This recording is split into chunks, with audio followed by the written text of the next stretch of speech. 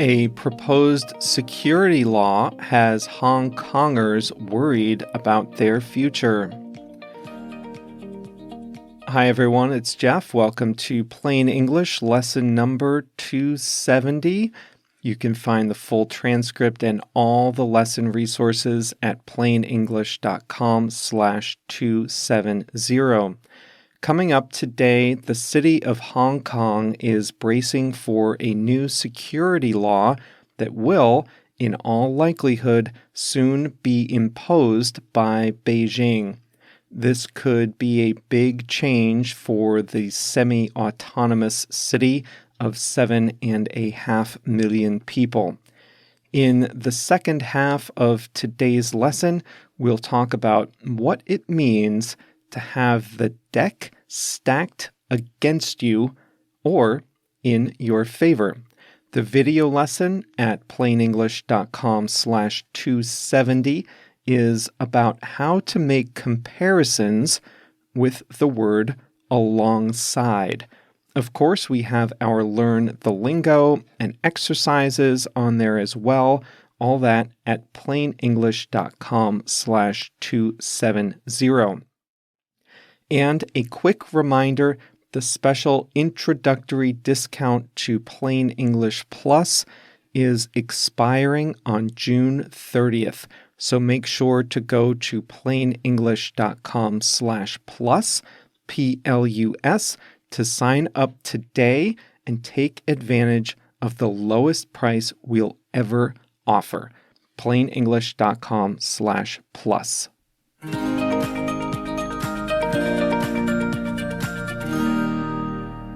China's central government has proposed a new law for Hong Kong that could upset the city's position as a financial hub connecting China to the West.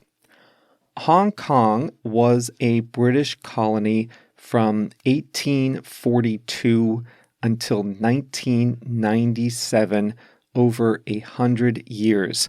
On July 1st, 1997, the United Kingdom gave sovereignty over Hong Kong to China under an agreement that China would preserve Hong Kong's unique freedoms for 50 years. The nickname for the arrangement was One Country, Two Systems.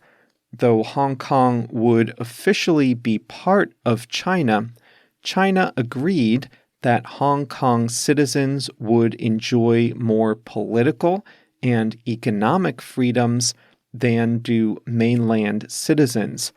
Hong Kong is now 23 years into that 50-year agreement. The last 23 years have been good to Hong Kong. In that time, it has become one of the world's great financial centers, alongside New York, London, Singapore, and Tokyo. It has benefited from China's rise in a way no other city could, as the link between China's economy and the world's capitalist economies.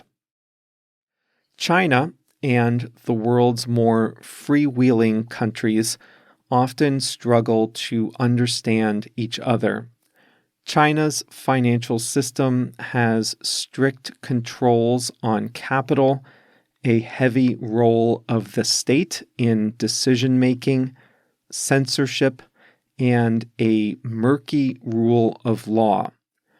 Western financial systems rely on evenly enforced contracts, independent courts, transparency, a generally free flow of capital, and more personal freedoms. Add to that differences of language, culture, and history, and you can see why China, on the one hand, and the West, on the other, operate in two different worlds. Hong Kong is, in many ways, the crossroads of those two worlds. It shares a language and long history with China, while maintaining the legal and economic characteristics that the West favors. Both sides use Hong Kong to their advantage.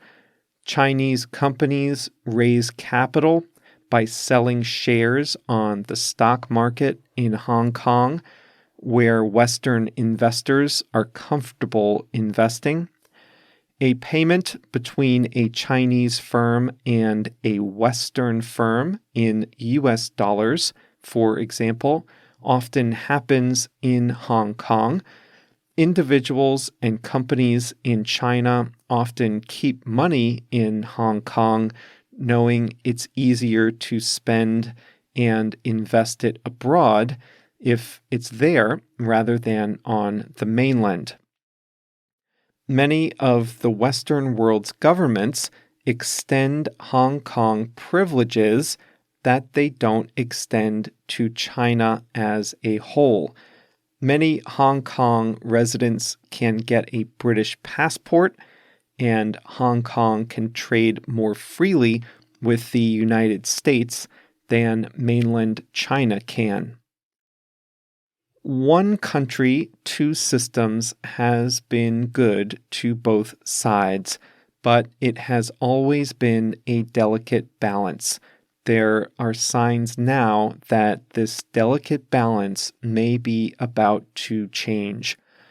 China announced that it would be imposing a new security law on Hong Kong, a law that would criminalize any action that promotes the following things: secession, breaking away from China; subversion, which is undermining the power of the central government in China; terrorism; or foreign interference in Hong Kong's affairs.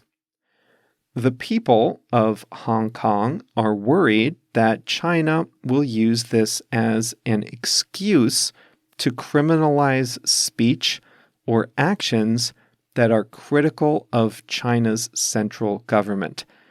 They are worried that a wide variety of things can be considered subversion or foreign interference, as they are in mainland China. They are worried that trials of individuals charged under this new law would be conducted behind closed doors in proceedings that are stacked in favor of the government and against the citizen. This will affect daily life for citizens of Hong Kong. It may also affect Hong Kong's position as a global financial center connecting China to the West.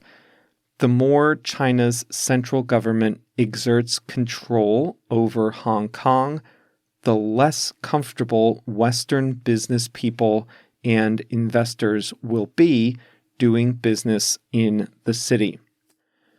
Western governments are making noises in opposition to the move. Britain offered to give Hong Kongers more rights to move to the UK, to work there, and to settle there, though the offer may not be as strong as it seemed at first.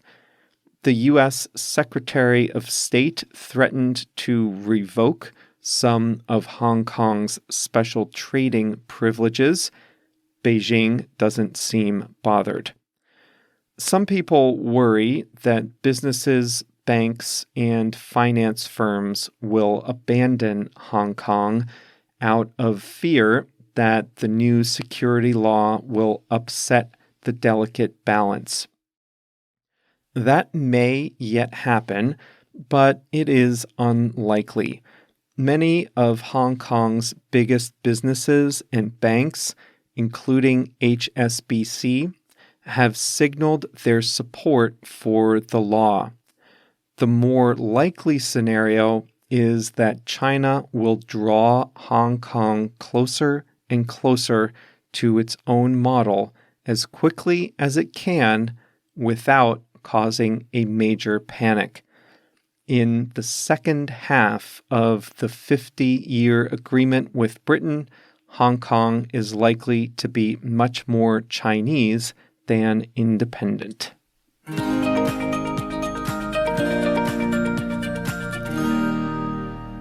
It's Monday, June 22nd.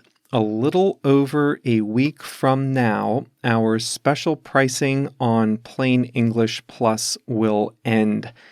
I've always considered $15 per month to be an introductory price, a fair price while we were still developing the full program, the full vision. Well, the full site is here, the full benefits are here, and you still have the opportunity to join at this lower price. It will never be this low again. And the great news is, anyone who joins now, between now and the end of the month of June 2020, anyone who joins now will pay this lowest price, $15 per month, for as long as you are a member. So the price is going to go up on July 1st, but if you join this month, your price will always be just $15. That's the way we're going to do things here. Whatever is the price when you join, that's what you will always pay. So if you're on the fence, if you're thinking about it, this is a good time to join. You'll essentially save money every month in the future by locking in this low price now. So you can read all the details at plainenglish.com/plus, Plus. I would love to see you on a live call, to chat with you in our forums, and for you to have access to our video lessons, fast audio, and our brand new exercises. They're a lot of fun and a big help in improving your English for work, travel, music, whatever your motivation is. plainenglish.com/plus, Plus.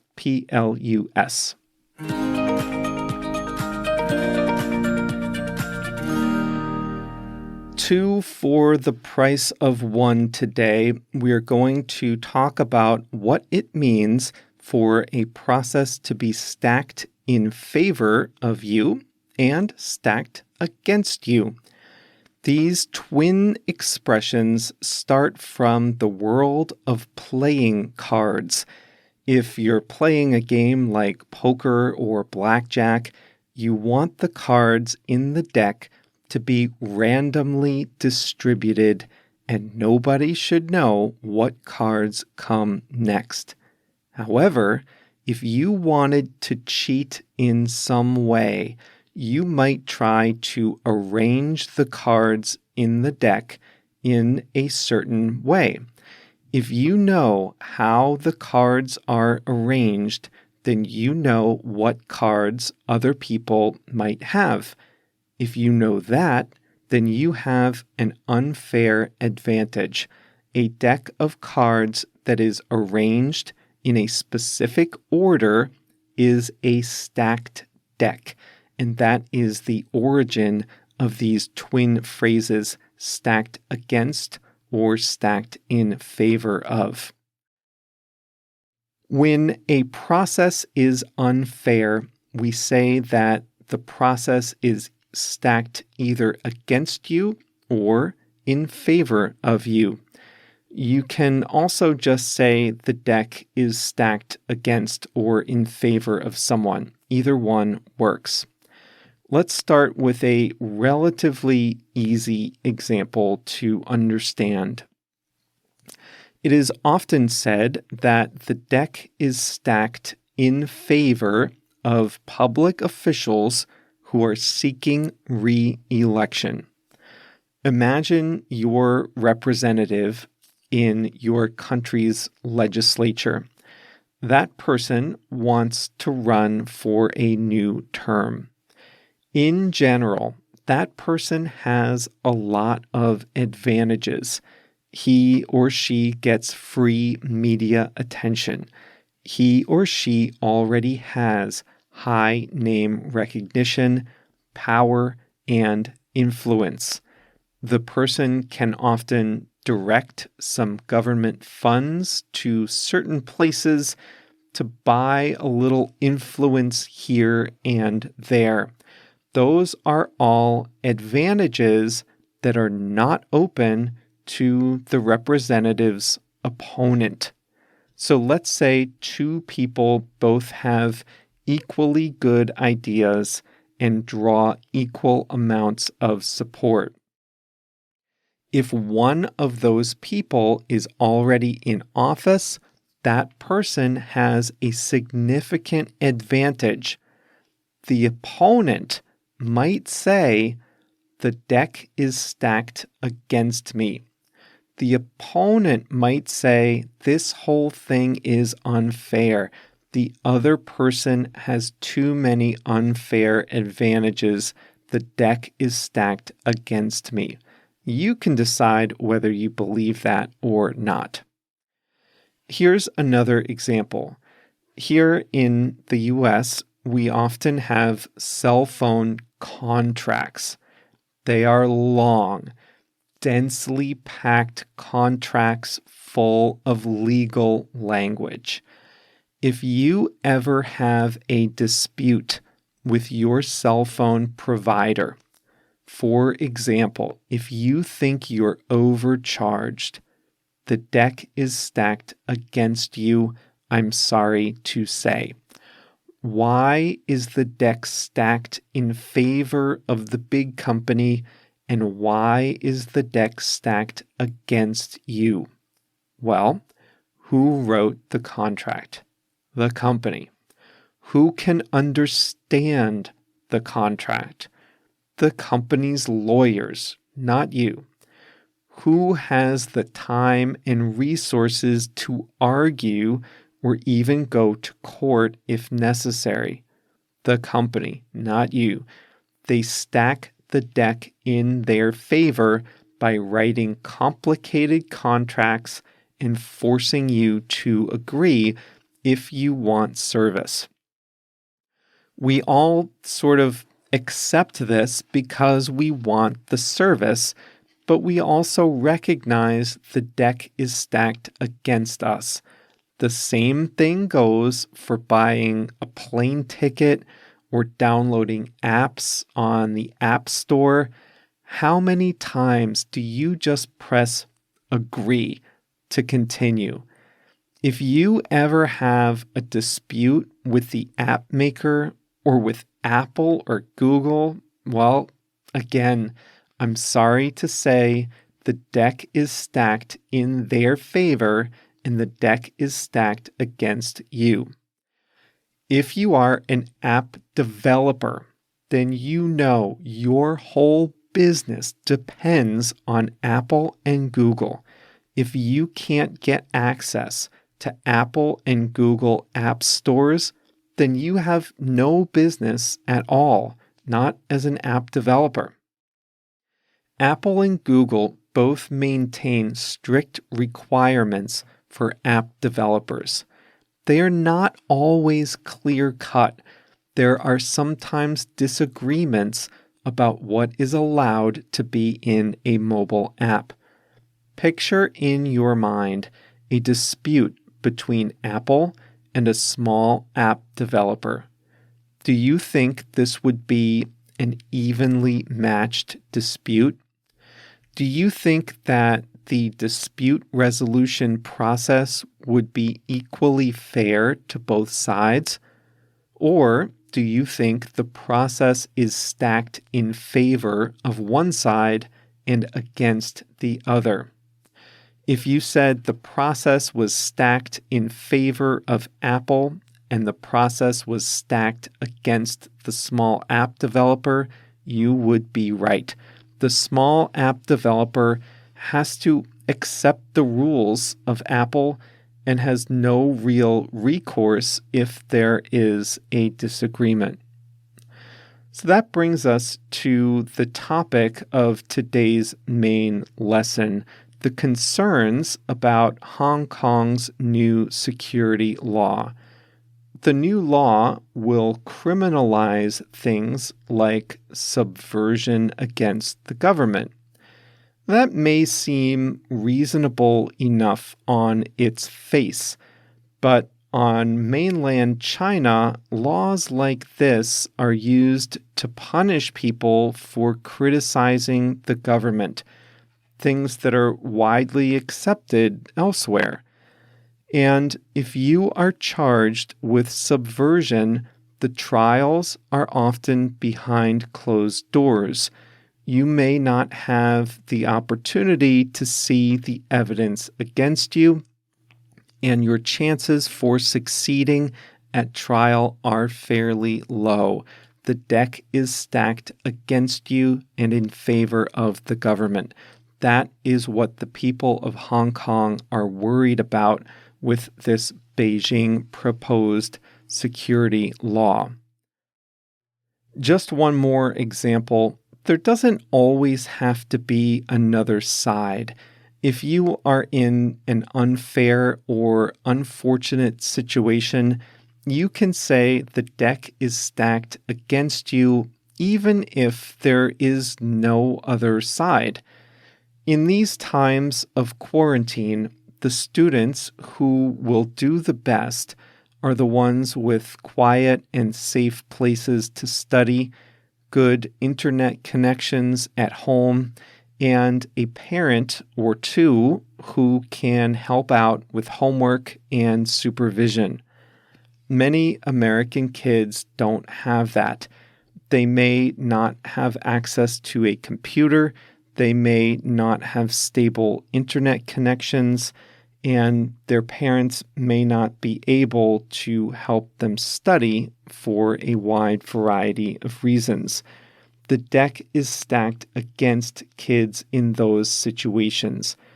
There's nobody on the other side that is purposely trying to gain an advantage, but these kids are nonetheless at a big disadvantage.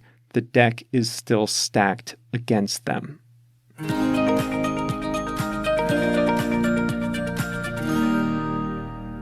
I'll leave you with a quote of the week. It's by a Buddhist nun, Pema Chodron. She says, "You are the sky. Everything else, it's just the weather." I like that. On that note, we will close out today's lesson. Remember, if you've been thinking about Plain English Plus, now is your time, because the special founding members discount is going away on July 1st, 2020. You get to be one of the very first members who pay the very lowest price, but the opportunity is only available until the end of this month. Visit plainenglish.com/plus, Plus, to learn all the details. This is a great way to take your English to the next level, to learn to express complex ideas, to lose the fear of speaking and writing. Our existing members love it, and I'd love to count you among the founding members of Plain English Plus. That can all be yours for the lowest price it will ever be if you sign up by June 30th. So go to plainenglish.com/plus, plainenglish.com/plus to sign up today.